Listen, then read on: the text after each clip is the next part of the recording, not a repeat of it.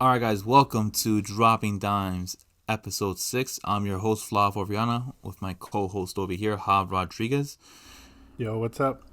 All right, so we got a lot to talk about today. We have the NBA is eyeing their season coming around late December.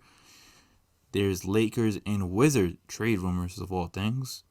Golden State wants to package in their second overall pick in this upcoming draft for a trade. Pat Riley seems a little salty. Steve Nash has a new assistant coach. No, he did not let go of Jock Vaughn. There's somebody else that's going to be joining the staff. Plus, we'll be debating about two future stars that showcase themselves in this postseason on who we would think that's going to be better in the long run and who we should start off a team with. Without further ado, we're going to kick it off with the NBA and their season. All right, Hav. So we heard that Adam Silver, the NBA owners, the league, they're eyeing a possible 72 game season. 10 games less than the original 82 game season. It's going to be starting off around Christmas time. I don't know if it's going to be on Christmas or before, but what's your opinion on that?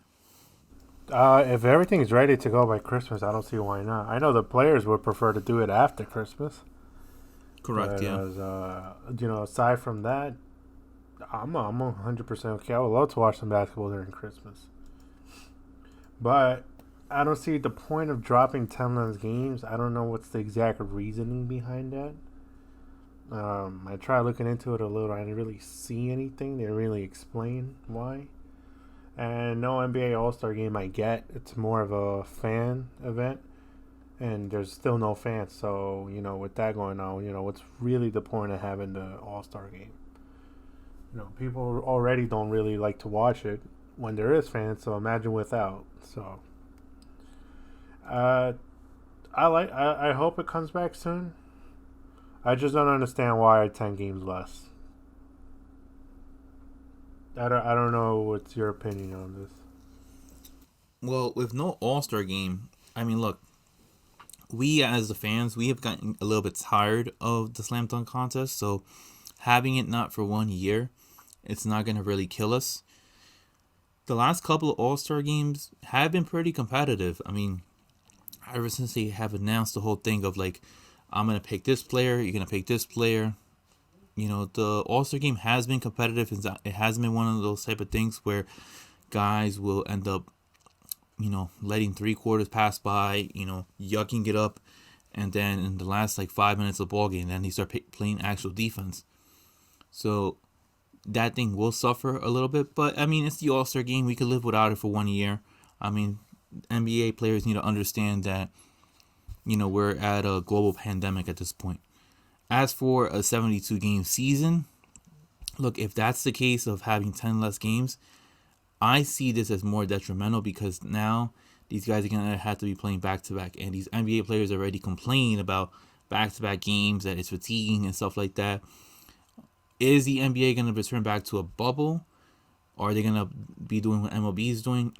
Having these players play in their respective cities and then traveling back and forth. So that's going to increase more travel time.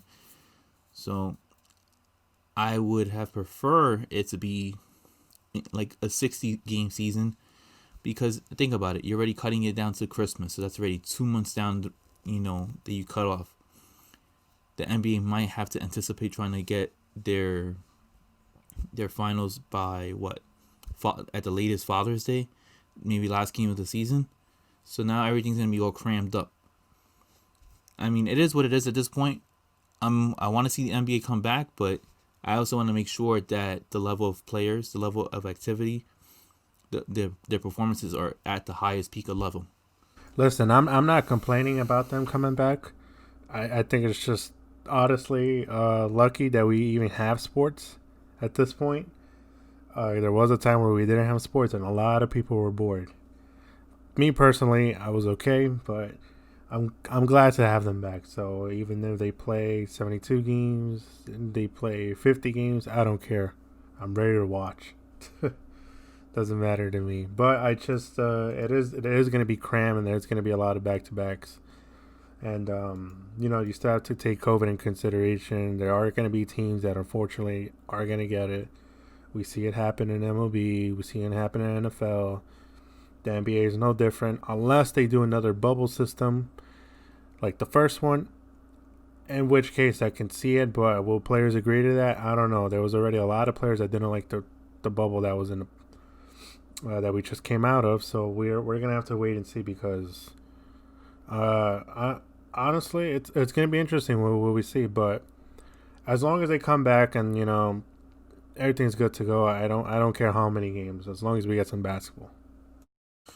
Now, Danny Green has said something, right? That he's okay with it, but he doesn't think that everybody's going to be coming back right away on playing. Now, that's one thing about having them play this early, or not. I mean, by Christmas time instead of they were originally projecting Martin Luther King Day, because the finals ended 3 weeks ago, something like that. I mean, these players need to recover too. I mean, playing all those games. It was at one point back to back to back or something like that. That's why I was really hoping that they would start by Martin Luther King Day. But if they're gonna have it on Christmas, so be it. I mean, then you have other teams, like for example the Kings, the Knicks, the Timberwolves. Who else didn't make the playoffs? The Hornets, who haven't played since March, and it's gonna be like 9 months since they last played. So I don't know. I think the NBA is trying to what's it called? I think maybe this might be the best option if anything. But we'll have to wait and see. I mean, 72 games. I mean, it's lengthy. Pretty much the same thing as a regular season, 82 game season. But we'll see what happens. Yeah. I mean, aside from that, there's not much else to say. That just be happy basketball's back. Yeah. Well, very grateful that basketball is back, but moving on forward towards the next topic, since 72 game season looks like it's gonna really start around Christmas time. Lakers and Wizards. I said it's kind of shocking that those two teams have trade discussions again, because the last time Lakers ended up trading Kwame Brown. That was horrendous. But Lakers and Wizards are in trade rumors right now, and in the acquisition on trying to get Bradley Beal. Now, I think this will be huge, just because Lakers get Bradley Beal along with AD and LeBron. Now, things are gonna have to be moved around. But before I put my opinion down, I mean, give me your perspective. Who will the Lakers try to package up just trying to get Bradley Beal? Get rid of Kuzma, get rid of Danny Green, and then I don't care who else you give up from there. Just as long as it's not AD or LeBron. If they get Bradley Beal, that's going to help them so much, because that's what KCP should be, but he's not. He's garbage. I wouldn't say KCP is garbage. I mean, no, he's garbage, bro. He showed up when it No. counted the most in the finals, so yeah, that's wow. Thank God he showed up there. Something like some people like Danny Green who didn't show up at all. Danny Green is getting old, and he's no longer what he used to be at this point. But I don't think KCP is garbage. No, but people forget KCP. Actually, people don't forget. You forget that KCP was garbage during the regular season. He didn't do anything. He was always like 1 for 10 every night. In the playoffs, he was on and off, and then when it got to the finals, he finally started doing some work. But he showed up when it counted the most. So whatever. If that's what you're gonna get from him, then that's what you're gonna get from him. But they should definitely do away with him if they can, or keep him on the bench. Whichever, it doesn't matter. To me, everyone in that Lakers team is expendable except LeBron and AD. Everyone else is good. It's either you come or go. Yeah, I mean, look, everybody's expendable. I imagine they're going to have to definitely put Kuzma in there, because think about it. Oh, they have to get rid of Kuzma, man. He's It's no not that use they- to them. He it's not can't that- score for them. He can't play D. He can't pass. Takes dumb shots. He takes hella dumb shots. His basketball stupid IQ is low. fouls. But go on. Terrible, terrible, terrible, terrible. They should get rid of him because other teams are going to see potential in him, which I don't. But I'm not, that's why I'm not an NBA. So they need to get rid of him. He'll have some trade value to his name, along with Danny Green, and you can even throw in like Alex Caruso in there. If that's what it takes to get like a Bradley Beal, then do it, man. Bradley Beal's a good, but Bradley Beal did want to stay with the Wizards, but unless the Wizards, I think, get a package deal that's too good to pass on, they'll probably do it. Look, I think it's kind of BS that he wanted to stay with the Wizards. I think it was the money. I mean, that money. Wouldn't that be an incentive to stay? That's why I would want to stay too if they were paying me that much. Yeah, that is an incentive to stay. I mean, but then also being miserable too. I mean, he threw a lot of shade at the Wizards throughout the years. Well, he should. That team is disappointing. So then he shouldn't really complain.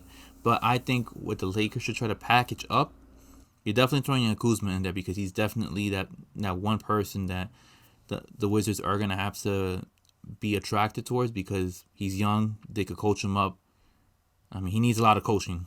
His basketball IQ isn't the greatest. You want to put in, I would say, Danny Green, veteran.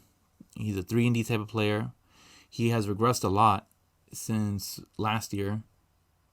I don't know if they'll put in KCP in there. I really don't know. Who else would they have to put in there? Maybe throw in a pick? Who cares? Who cares who they put in there? Get him. If you have the opportunity to get him, get him.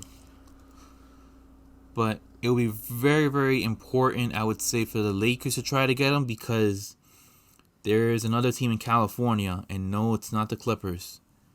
It's a team up north in the Bay that is making some noise. Look, they're healthy, Hav. They are healthy. Yeah, so that's why I don't see why they want this, but go on. Steph and Clay are healthy, and look, Golden State is notoriously known on trying to make a big splash. They are like Miami of the West when it comes to trying to make big splashes on free agencies or trade acquisitions. They are talking about possibly packaging in that second overall pick to getting Bradley Beal. Because you know what? They get Bradley Beal alongside Steph and Clay, which will be very, very confusing because you're gonna have 3 guards, right? But we're living in a world where the NBA is playing positionless basketball, so it kind of will make sense. You're gonna have 3 guards playing that can shoot the lights out. I mean, Bradley Beal is not in the same ballpark as Stephen Clay, but I mean, he is second tier, my friend. And you have Draymond. So I don't know. I mean, if I'm the Lakers, I'm trying to make that trade immediately. Ask the Wizards, what do you want outside of AD and LeBron? Because we can't afford to have, the Golden State Warriors have more shooting.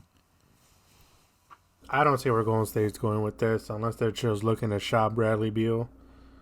But they have all the leverage right now. They have the second round pick, right? Second pick. Second overall pick, yes. Second overall pick. Not second round. Second overall.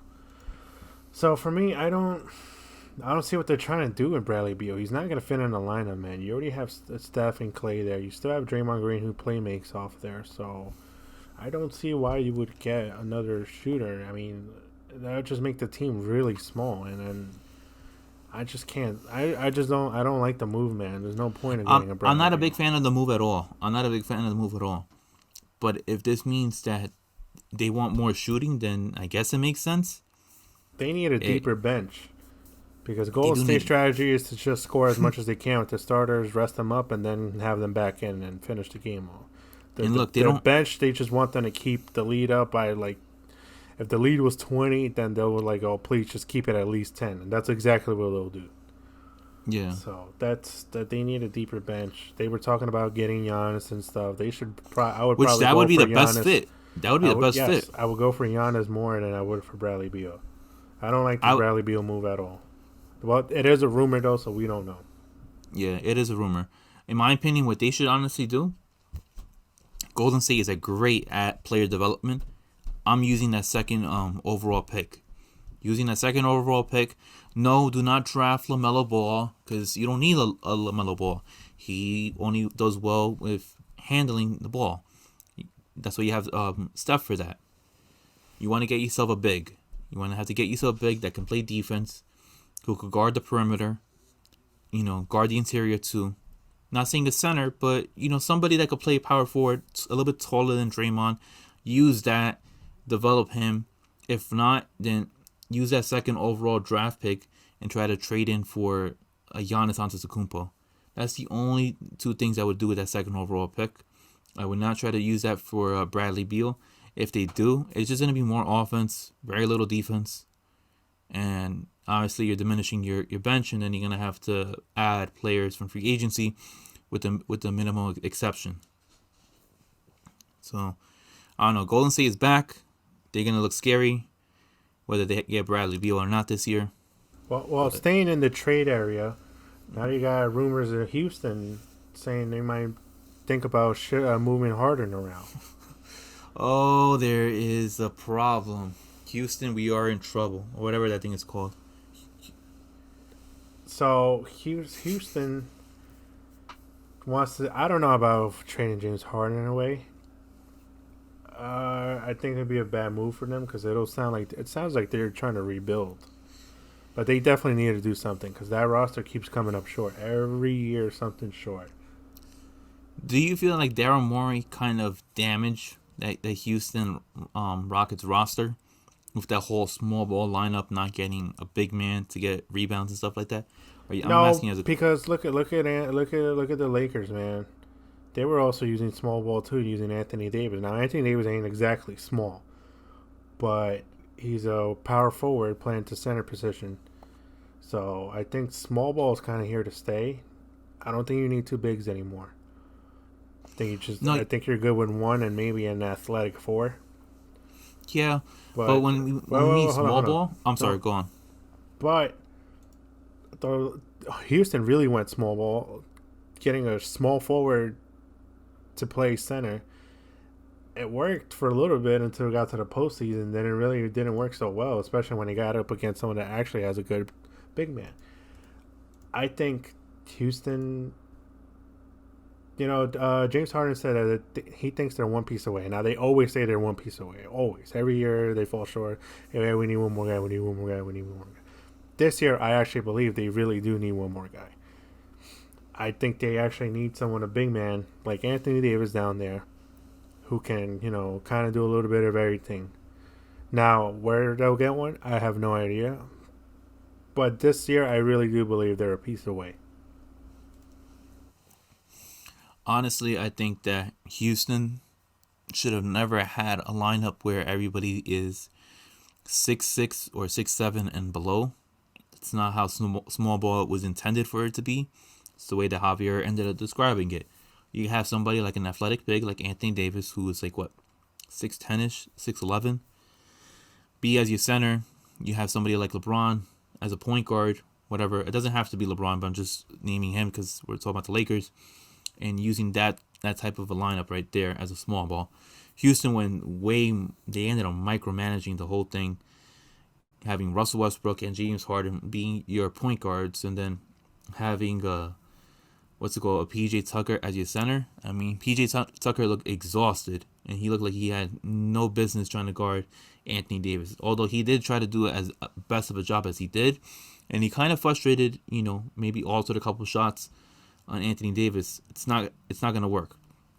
You're going to need a stretch big, a stretch five, somebody that can knock down shots. I would say you don't even need somebody that has to be like a rebound chaser, a backboard bruiser, whatever. If you could get somebody like, I'm going to throw a name out there, not to say that this person will fit, but let's say you have like somebody like a Myers Leonard. The guy can shoot the three. He's tall. 6'10"ish, 6'11". He can shoot the three. It opens up the space. It allows Russell Westbrook to drive into the paint. James Harden to do his thing. Although James Harden needs to stop playing iso ball because that does not work. That's what ended up hurting Carmelo Anthony. He needs to stop doing that because dribbling. Having everybody look at him. That's not how it's gonna work no longer in the NBA. And have something like that, or like have somebody like a Kelly Olynyk. It'll work in the regular season. But when it comes to the postseason, that's not going to work, and I think that's right. It's not going to work in the postseason at all. I mean, you saw he was locked down for the most part. Once he got to those Lakers, forget it. Yeah, so it's not going to work in the postseason, especially when you're playing better competition. These guys are gonna be able to lock you up, and they already know your shenanigans. But Houston trading James Harden, I don't know how I feel about that. I mean, they're gonna have a new GM, a new coach, which means that the team might go in a new direction. I don't know if they're gonna piggyback off of what Daryl Morey ended up doing. Daryl Morey was all about analytics, and Tillman Fertitta, the owner of the Houston Rockets, is all about results. If I have to describe Tillman Fertitta, and you're gonna know who I'm gonna be talking about. This guy's about results. This guy wants to get the job done, right? This guy sounds like somebody who was a former owner on one of your favorite teams. He sounded like, what's it called? Steinbrenner. Forgot his first name. The dad, not the one that passed away this year. Hank Steinbrenner. Was it Mel Steinbrenner or whatever it is? He's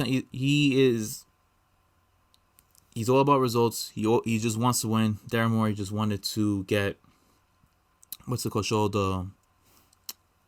how progress is assembled, right? So if ever this new GM comes into play, I would keep James Harden. I would keep Russell Westbrook. Let them play out for a full year. If you want to do a rebuild after next year, understandable. Get as much as you can for both those players. You'll get tons of picks. You get tons of acquisitions for that. Sort of like what what's his name? What OKC ended up doing by trading Russell Westbrook. You saw how much the Rockets ended up trading the Thunder. They ended up trading them like a numerous amount of picks. What did they trade them? Like 8 picks or something like that? Outstanding amount of picks just for Russell Westbrook. And now, what's it called? The Thunder are set for like the next 8 years on getting picks. They have a great foundation, and to be able to develop from the draft. So I don't know how. What would you think? Would you hold on to these guys for another year and then start the rebuild, or would you do it now? I agree there. Give them one more year. If this year doesn't work or show any better results, then blow it up, man. Blow it up, because you've been trying the same thing over now for like God knows how many years. It's not gonna work. It's not gonna go anywhere. So this to me is your last year before you blow it up. Yeah. Plus, if you want to get so much profit from your return. You keep on holding on to these guys like Harden and Westbrook. They're already, 30, 31? They're not getting any younger. Obviously, Father Time's going to catch up to him. I would say Father Time's going to catch up more towards Russell Westbrook than James Harden because of the injuries and the way that Westbrook plays, as aggressive as he is. You're going to want to get as much as you can back. So it might be just this year. You might see the Rockets have the same starting unit or whatever, like the same amount of players, or for the most part. And if it doesn't work again, they fall short of getting to the Western Conference Finals. Blow it up, start the rebuild, get as much pieces back, so you can move on forward into the future. Because this roster is missing at least one more piece, maybe 2. They definitely need a big. They need to find a big man that fits their style. So they got some shopping to do in the offseason. But, speaking of the Rockets, a former Rocket, Carmelo Anthony. Can you consider him a former Rocket? I don't think we can. He played for the team technically. 10 games, bro. 10 games. I guess technically a former Rocket. He played 10 more games than we did. Yeah, and then wasn't he at the Bulls for didn't he get traded to the Bulls but never played? Was it the Bulls? He was traded to the Hawks. The Hawks. Yeah, so can we count him as a former Hawk? No, we can't. Because that means that we play for the Hawks too, and we never play for the Hawks. But he said he came up on news recently that he wants to be in a team where he can get more minutes. Melo still believes he's got it. Whether he does or not, I don't really know. But I'm gonna let you take this away. Go on. He said he wants to have more minutes, and he got if he doesn't get more minutes with other teams, he wants to re-sign with the Blazers. So I don't know how the Blazers would feel like that. It was like, oh, we're the last resort kind of thing. But as far as Melo getting more minutes, I don't know, man. I don't know, man. We're not talking about the same Knicks Melo. There's a whole new Melo, and it's an older Beggars Melo. can't be choosers. Beggars can't be choosers. So I mean, I don't. I gotta be honest. I think Melo fits better with the Blazers. The Blazers the only team that gave him a chance, and I believe it was more spearheaded because of Damian Lillard, right? Yeah, because him and Dame are really close, and he So got I close to say CJ. he resigns with the Blazers, man. Just I would say finish out your career there because I don't see unless the championship team picks him up, then I would jump on it. But I don't at this stage. I don't think so. Maybe he should call LeBron and be like, "Hey, get me onto the Lakers if he Yeah, wants a right. ring." Him and Chris Paul and I think D Wade are friends or something. Yeah, they're So all friends. The whole banana boat crew. I don't know. I mean, he could fit So with the Lakers. yeah, unless he's going with the Lakers, then he should stay with the Blazers. Honestly, that's his best bet. If he's ring chasing, he should stay. He should go. He should stay either with the Blazers or go to like someone with the Lakers if they give him a chance. If they give him a chance, Now, if or he's I just mean, trying to play and ball out, then he should just go on any team and just play.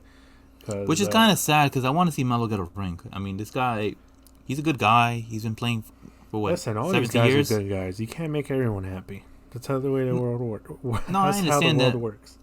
But this guy is chasing after the minutes. I think at some point he should want a ring. It's kind of a shame that we're at this point that all these players have to be labeled whether they have a ring or not. But like you said, I think he's best off with the Blazers. They gave him his shot. They gave him an opportunity. They took him off from the streets and ended up allowing him to play after him not playing for a full year. And he fit well with Dame and CJ. And Terry Stotts actually likes him. So Well, he's not gonna get minutes on a finals type of team, such as the Heat and the Lakers. He's not gonna get any minutes there, so he shouldn't go there. If he's trying to ring chase and get minutes, I don't think he can. He's got to pick one or the other. I mean, But you can also go to Golden State too. They do like shooters. because the Blazers do are a playoff team. As far as championship, I don't think so. So if he wants to win a ring, he definitely shouldn't be in the Blazers. But if he's looking to play, he should stay with the Blazers. Man. Simple as that. Yeah, it's not like the Knicks are gonna be knocking on his door and be like, "Come back." Although he did say he would welcome a reunion there. Yeah, but the He way said that the on Knicks, multiple occasions, but I don't think you want to be on the Knicks. Yeah, you'll get playing time there, but you're just not going to go anywhere. That's not. it would just be more of an embarrassment that he would have to resort back to the Knicks. I would want to see him. I on wouldn't a want better to see team. him there. Yeah, stay on the Blazers then. You want to keep playing ball, go to the big three I after mean- you're done. I mean, another team that I could see him. I could see him going to Brooklyn. I don't know. I know he's in good standing with Kyrie and Ty Lue. I could see him going to Brooklyn. If Too many Brooklyn- ball hogs on that team already. We're good on that. We don't need more. That's true, but I'm just saying, like, because he has good relationships, good friendships with those guys. I could see him going there. I mean, he Just would also be the has best good fit. relationship with LeBron, and he's not on the Lakers. Yeah, so much of a friend I that he don't- is. Yeah, so I don't buy that whole friendly thing. It's either, especially on Brooklyn, man. That team, I don't even want to think about that team with Kyrie and KD, man. That team can either go really good or really bad. We'll find out. What he ended up calling a collaborative. Effort, something like that. Whatever. I don't. It's Man, this is the same guy that said that the world is flat. yeah. And then you're putting him with KD, who's over there freaking Twitter fingers, bro. It's just a recipe for disaster, in my opinion. Basketball skill wise, they're fucking great. Now you add the whole, Kyrie and KD mentalities. I just don't know, man. I don't know. We'll see what happens with those two. We're not gonna get into that now, but let's keep it now. Where one of Carmelo's former buddies, Omari Stoudemire, he got hired to be a Steve Nash assistant coach. I don't know what the hell this move is. I didn't even know Omari Stoudemire was in that scene. I wasn't aware of it either. I think it's just Steve Nash helping out a buddy at this point. That's what it sounds like. I don't know. Stoudemire's bored, or he's always wanted to coach on the side or something. I don't know. I mean, it caught me by surprise. I thought Stoudemire was still doing the big three, but he wants to do coaching now too. I don't Yeah, know. I don't know about that. I've never seen him. Now I seen people in the scene that weren't traditional point guards trying to get into coaching, like Patrick Ewing. But Stoudemire, bro, I have no idea. This just seems like a little reunion. He's like, hey, you could just come along and you can learn from me. But Steve Nash It's is a also collab, learning, so bro. Like Kyrie said, it's a collaborative that's what it's effort. looking like. That's what the staff is built like. So I don't know. Like I said, this Brooklyn team is something to watch out for. Either really good or really bad. There's going to be no in between. So we'll find, we'll fucking find out because that's a team to watch. They're gonna be honestly the most exciting team for possibly all the wrong reasons in the Exactly. I NBA. just don't. I got a bad feeling, but what do I know? So we'll see uh, about that. So now let's move on to positive things. the only thing I'm gonna chime in, the only thing I can see why Amari Stoudemire might be a good fit is maybe coaching up a Jared Allen, who's a big, and then they could possibly do like pick and rolls and stuff like that. Maybe that's one thing I can see of him trying to coach up like some of these bigs. Whether Jared Allen, they have Claxton there or Well, Clayton. Steve Nash and Stoudemire had the deadliest pick and roll games. So Exactly. So maybe that's the only thing that comes to mind. That's the only thing that comes to mind is that he's going to coach up these bigs, these young bigs, Jared Allen, and I don't know. I mean, that's the only thing I could think of in my opinion. I just don't So see what they're going to be pick and rolling when you got Kyrie and KD shooting the ball. those guys will not pick and roll at all. They're gonna just shoot and gun at that point. That's why I'm lost at this hire. But what, like I said, we'll find out. The team must watch the Nets Yeah, for sure, for sure. for the good or bad reasons, maybe both. Yeah. Look, so next topic, something that I think is actually exciting to talk about. So Hav, we ended up seeing these guys go at it in the first round. Honestly, one of the better first rounds that I've seen in quite some time. And Utah Jazz have a star, right? It's just established. He's established himself as a star in Donovan Mitchell. But Jamal Murray, what this guy did in 3 rounds in the playoffs, he's looking like a superstar. Now, Hav, I mean, if I had to give you an option, two options. I'm gonna give you two questions. Who's gonna be the better player long term, and who would you start off your career with if you're gonna build a team between Jamal Murray and Donovan Mitchell, Uh, and why? if they were drafted right now with the way they were, and I'm the GM picking, I would pick Jamal Murray. Okay, That guy shoots lights out. He makes impossible crazy shots, and he can do a little bit of everything. His defense is, but so is Donovan Mitchell. But they're honestly kind of the same exact player. I just think Jamal Murray is a little bit better and more consistent in my opinion. But I'm picking Jamal Murray, man. Just seeing what he and Jokic did is just crazy, man. And this they had a guy, deadly pick and roll. yeah, they had, not to mention Donovan Mitchell and Jamal Murray are both going at it at each other. Honestly, that was one of the. I think that was like the best playoff series in the But whole I just think playoffs. Jamal Murray is more consistent. I don't know. Long term, I think Murray's gonna have the better career. But I think I would go with Donovan Mitchell to start off a what's it called a franchise. Reason being is just because of the fact that this guy has guts, and he same thing as Jamal Murray too. They both have They're guts. kind of the same player in a way. They're kind of the same player. They're very exciting to watch. I mean, if we're to pass by Rutgers Park or whatever, watching those two play would be a dream. But I don't know. I just what I've seen from Jamal Murray, I mean not Jamal Murray, Donovan Mitchell in that series. I mean, he had to do more.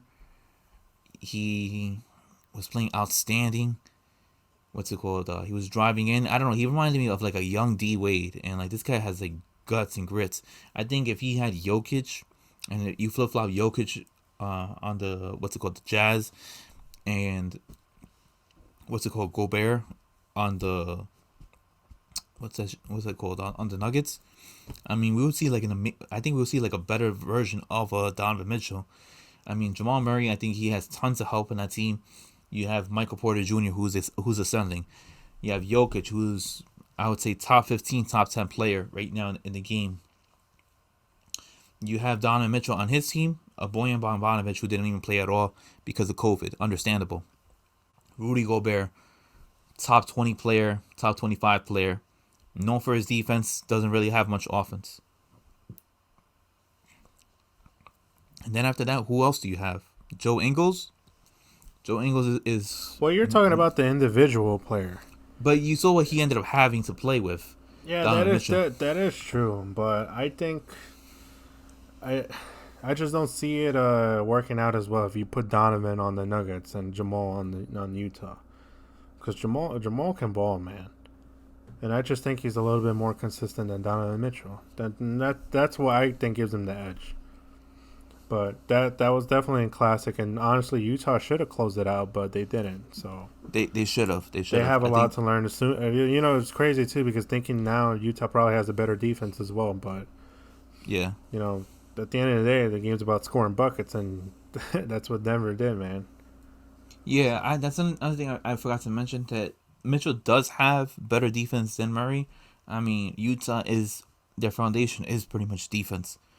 But I still feel to this day, if Mike Conley would have passed that ball to Donovan Mitchell on the far right corner, he had time. He had no time. Go Yeah, look he at the did. video. He had no time. He had time. He barely got a shot off. Go look at the video. You are blind. No. You are blind. He ended up dribbling the ball and then throwing it to the far. Yes, they threw it to him. That was on his choice. He dribbled the ball.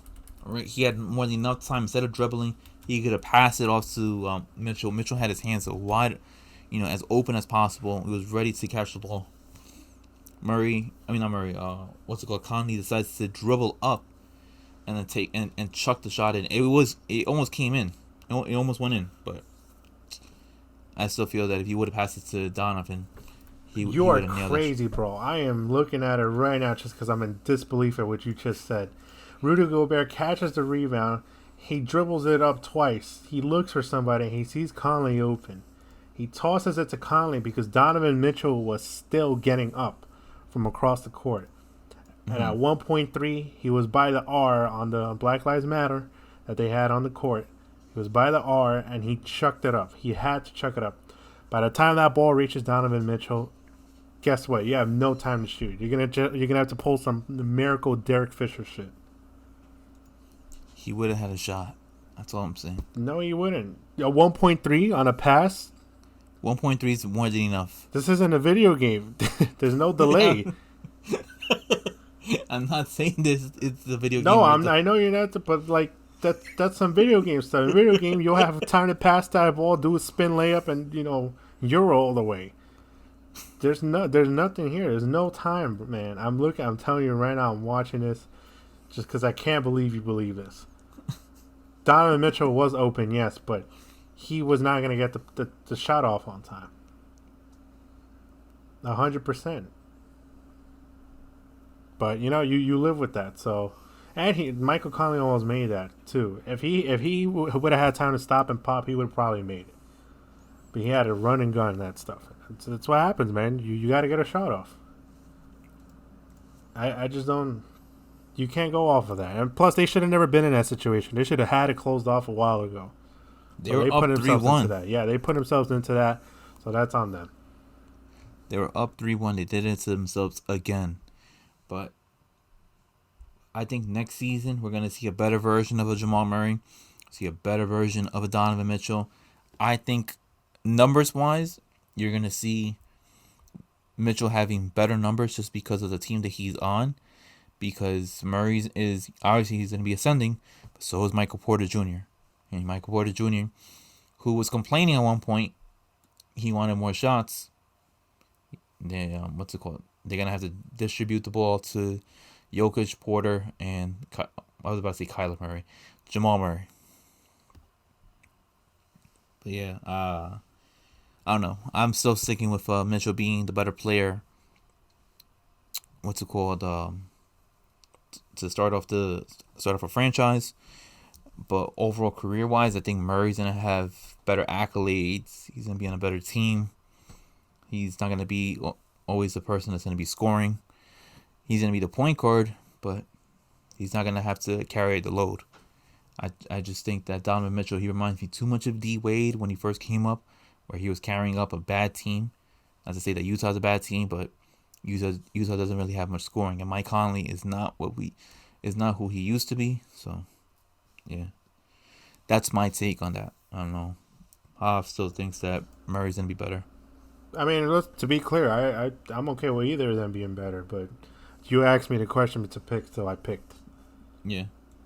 So I mean, but speaking of like postseason stuff, you got some people commenting on the players celebrating and stuff. So Shaq came out and he said that he doesn't like that these players on the teams, championship teams, brag like they were the reason they got the championship. He was saying, sit your ass down. You didn't do anything. Post one pick, and that's it. Now, is he salty? Is he? Because Dwight Howard won a ring. Him and Dwight had a little beef back then. Is he salty? I don't know. What's your take on that? This is 100% shade being thrown at Dwight Howard. 100% shade. Remember, Shaq doesn't like Dwight Howard because he tried stealing his whole Superman thing. Shaq wanted to give the Superman thing to Giannis of all people. What? Giannis? Giannis never even tried to identify himself as Superman. Man, this whole fiasco thing has been drifting since Dwight Howard started to walk in that ridiculous, undersized, Superman cape and outfit for that slam dunk contest, and then after that ruffled Shaq because he felt some type of way. But yeah, this is 100% shade thrown at Dwight Howard. Congratulations to Dwight on getting his first ring. Might be his only ring if the Lakers don't repeat. Look, he threw shade at him. I think it's complete shade at Dwight Howard too. Now he's saying that he didn't do anything. I disagree there. I think Dwight played his role on that team. He wasn't coming in and saying that they were gonna start him. He was gonna be They didn't expect old Dwight Howard. They just expected him to play his role, and that's it. When he went up against Jokic, he was defending well. He was bringing a lot of momentum off that bench, man. He helped a lot in that Denver series. Now, he didn't really help too much, like, for example, in the Rockets series, where he didn't really play at all. Yeah, he was going to get killed because of the way that these two players play. Yeah, but he helped the Lakers because he gave the Lakers depth. The Lakers had a lot of depth. Couldn't handle able to Jokic. Switch up. Yeah, they would a lot of lineups that they tried and it worked for certain situations, and that's honestly why I think one of the reasons the Lakers won. They had a lot of depth. They were ready for every lineup. So it's for him saying that he doesn't agree with that. I get it. He's a player himself. He knows what it is. He's seen his teammates that did nothing celebrate. The teams that him and Kobe carried, him and D Wade carried. But at the same time, it wasn't like Giannis' brother who did absolutely nothing, Maybe he was throwing shade at him too. Maybe he was throwing shade at him too because he was out there I want now.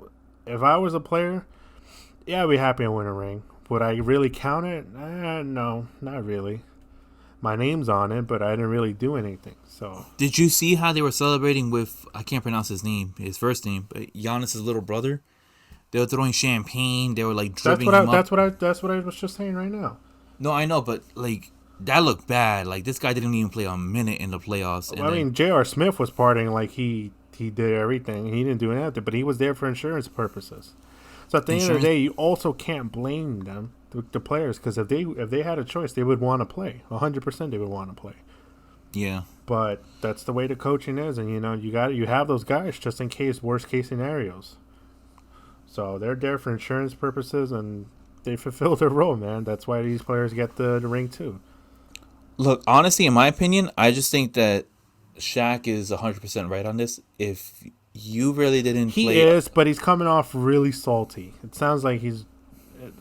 I wish he would have said names. Yeah.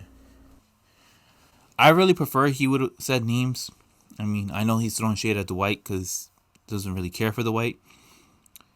But if I had to say who really didn't do anything, Dion Waiters, Giannis's little brother, J.R. Smith. I know you're gonna say insurance purposes. But that's what he was. That's what they brought him for. That's what they said. I would throw Danny Green out there too because You know, his playoff performances is horrible. you know, Jr. would have played if they were given the chance. That's what I'm saying. Those guys are ready to play. Sometimes just the coach, and that's what I mean. That's why I said that's why everyone gets a ring because you know these guys would play.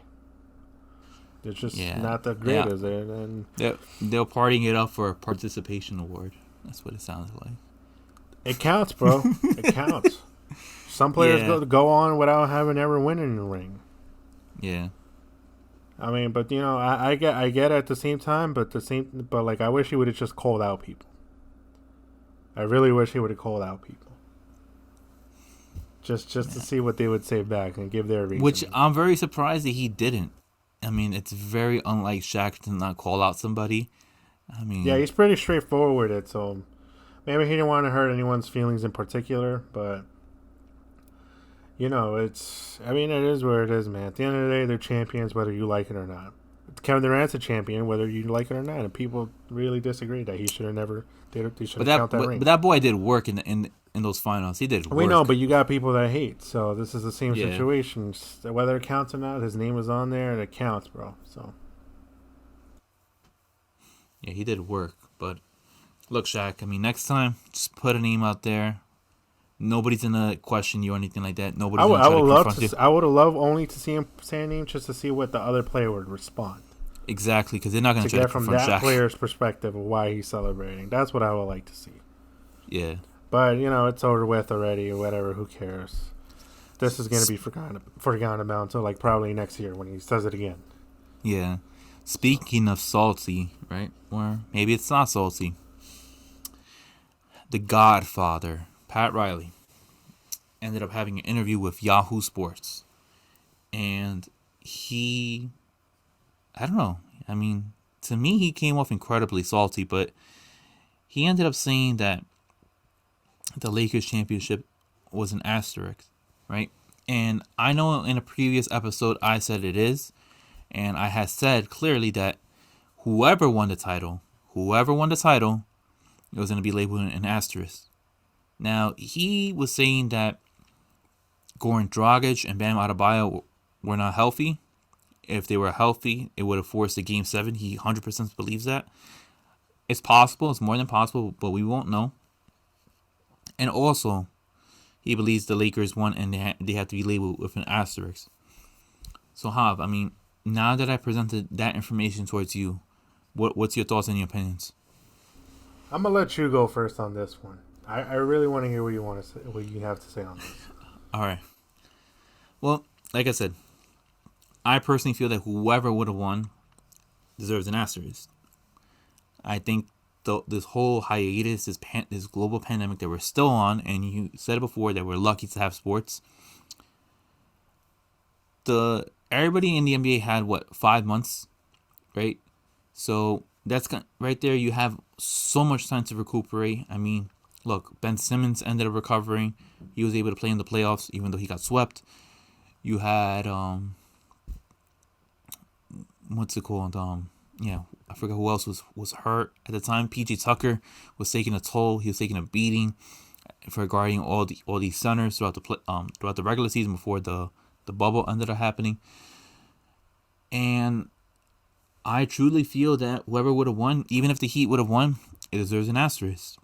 I think that Pat Riley is saying that because how he feels towards LeBron. He's still upset about that. It's 100% guaranteed that he's still upset about that.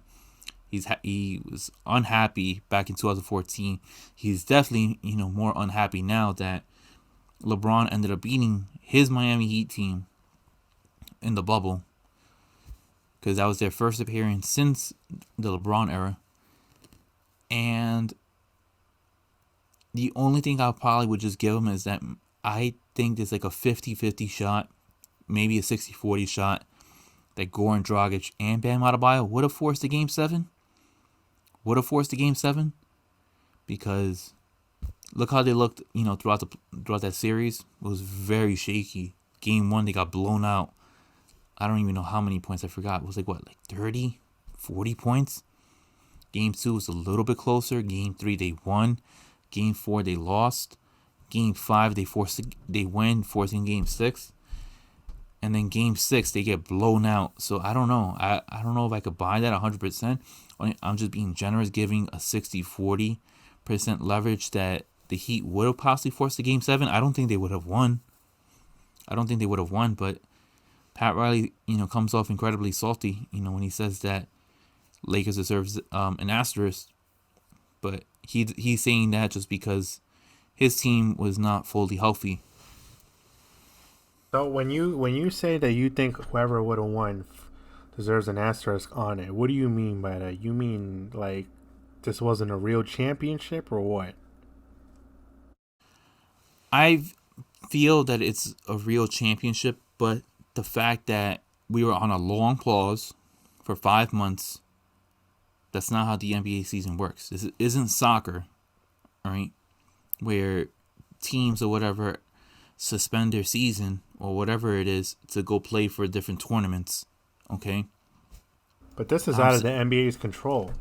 No, I understand that. That's why I say it's an asterisk, just because this probably is never going to happen again, most likely, unless there's a second wave.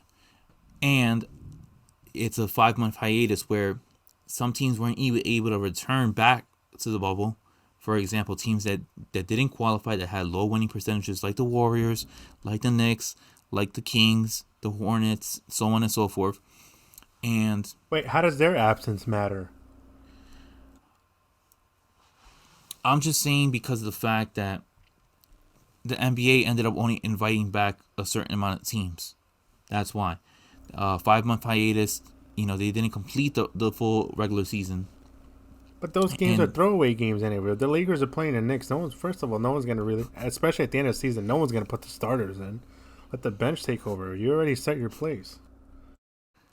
All right, fine, fair enough. But the whole 5-month absence is what really separates it and has me fully convinced that whoever would have won it, whether it's the Rockets, Lakers, Clippers, Pelicans, Blazers, you name it, it would have deserved an asterisk.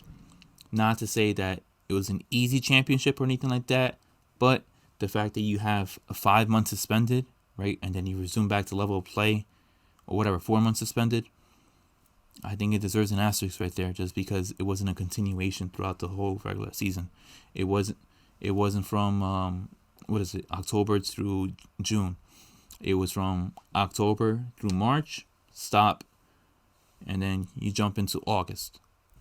And then from August to October.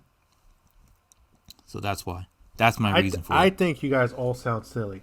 One, Pat Riley is salty that they didn't win. Yeah, Bam Adebayo and what's his name? Dragic got hurt. Unfortunate. It's happened before. It wouldn't be the first time a team benefits off them. Look at the Warriors. They benefited highly of LeBron's teammates going down. Kevin Love and Kyrie go down. Who are you playing against? Just LeBron. And Matthew Dellavedova. Yeah, please, bro. 2-game wonder. The Steph stopper. Yeah, the Steph stopper for like 2 plays. Now, the Raptors benefited from KD KD and Clay being out. So where was Pat Riley back then? Because it wasn't his team facing against? Oh, wow. This is just pure salt, bro. It's pure salt, man. Honestly, it's pretty... It's pretty sad. It's pretty sad, man. Just take the loss like a man and be like, you know what? Unfortunate things happen. Yeah, it might have been different. Let's be honest. We all think the Lakers would have won either way. I think so, too. But I personally think so. It is what it is. You come back next year, man. Now you come back and you get better teams. You're a hot destination. You're gonna want people. People are saying, "Wow, you guys are made it to the finals. You beat Giannis and stuff. Beat the Celtics." So yeah, which they had a great run. They had a great playoff run. Yes, they had a dominant run until they hit the Lakers. But to say there's an asterisk on it, like I want to know what kind. Like, wow, got lucky. No, man. Every other team has gotten lucky before. There's no asterisks on those. Yeah, his level of asterisk and my level of asterisk are two totally different things. So if anything, if there's any asterisks, it's going to be for one of the hardest championships because I keep on disagreeing with you 5 there, months bro. off, every team benefited. Every team benefited. Yeah, some players didn't get to practice. Whose fault is that? That's on the players, man. You telling me you have all this money, you can't get some equipment into your house and start working out and start doing this, start drilling, get a hoop outside your yard. These guys have all these crazy houses with big rooms and stuff. You telling me you couldn't find one spot where you could practice? Fuck out of here. I don't believe that. Gordon Hayward was one of those guys that said, I didn't even shoot a basketball for 5 months. Well, buy a hoop. Make a hoop. Something. You telling me that you have all that money, you can't buy a hoop. Out of nowhere, they ran out of hoops? No, man. It's bullshit. Every team benefited from 5 month layoffs. They went to the bubble. There was hard competition because they had no breaks from basketball. Everything around you was basketball, basketball, basketball. So it was on a mental level, it was exhausting. On top of that, you only played against good teams because you didn't have shitholes like the Knicks and the Kings in there. So there was no real easy game. Look at the Phoenix Suns. They were supposed to be an easy team, and look, they dominated, man. They didn't lose a single game. So it wasn't like it was any easier. It was harder. So if again, there should be no asterisk at all on this one. And if there is, it's for being one of the harder ones. Because there's no way around it, bro.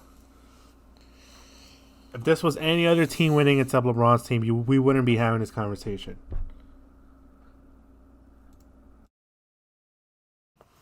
Oh God, you say if it was any other team outside of LeBron, look, There wouldn't be that maybe much attention to this topic.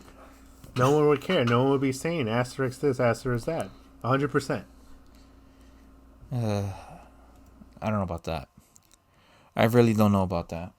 Just because you got some people already labeling before the whole NBA bubble happened that this isn't a real championship. But Pat Riley is just only saying this just because he lost to LeBron and he can't stand LeBron. He hates him to his core. And So not to mention, the Lakers weren't full strength either. They were missing a really big player on their team that would have made a huge difference in a lot of the series, especially Bradley the Beal. Houston series. I mean, not Yes. Bradley Beal. Avery Bradley. Avery Bradley. Yeah, I said yes too. Wow. So I don't want to hear anything, bro. This was, and part of winning a championship is luck. That's 100% in there, luck. You need a lot of talent and a lot of luck. I'm sorry, because you have to pray that you guys don't get hurt, and then in this unfortunate case it happened, but it wasn't the first time. So if you're gonna put an asterisk on this one just because your players were hurt, then put it on all the other ones where other teams benefited. Golden State, Raptors, you got to do it there too. Then Okay, fair. Well, we can't do asterisks on every single team because it would just be impossible at this point. exactly silly. That's what I'm saying. This whole thing is silly. Any other team would have won other than LeBron. We wouldn't be having this conversation about stupid asterisks. That's the only thing. That's it.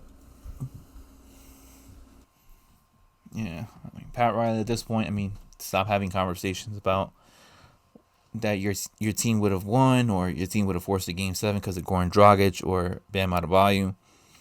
Look, I mean, I honestly didn't have you guys making the finals. I had Boston originally, but I mean, you guys exceeded expectations, and now go get Giannis. I mean, maybe that'll help you win a ring.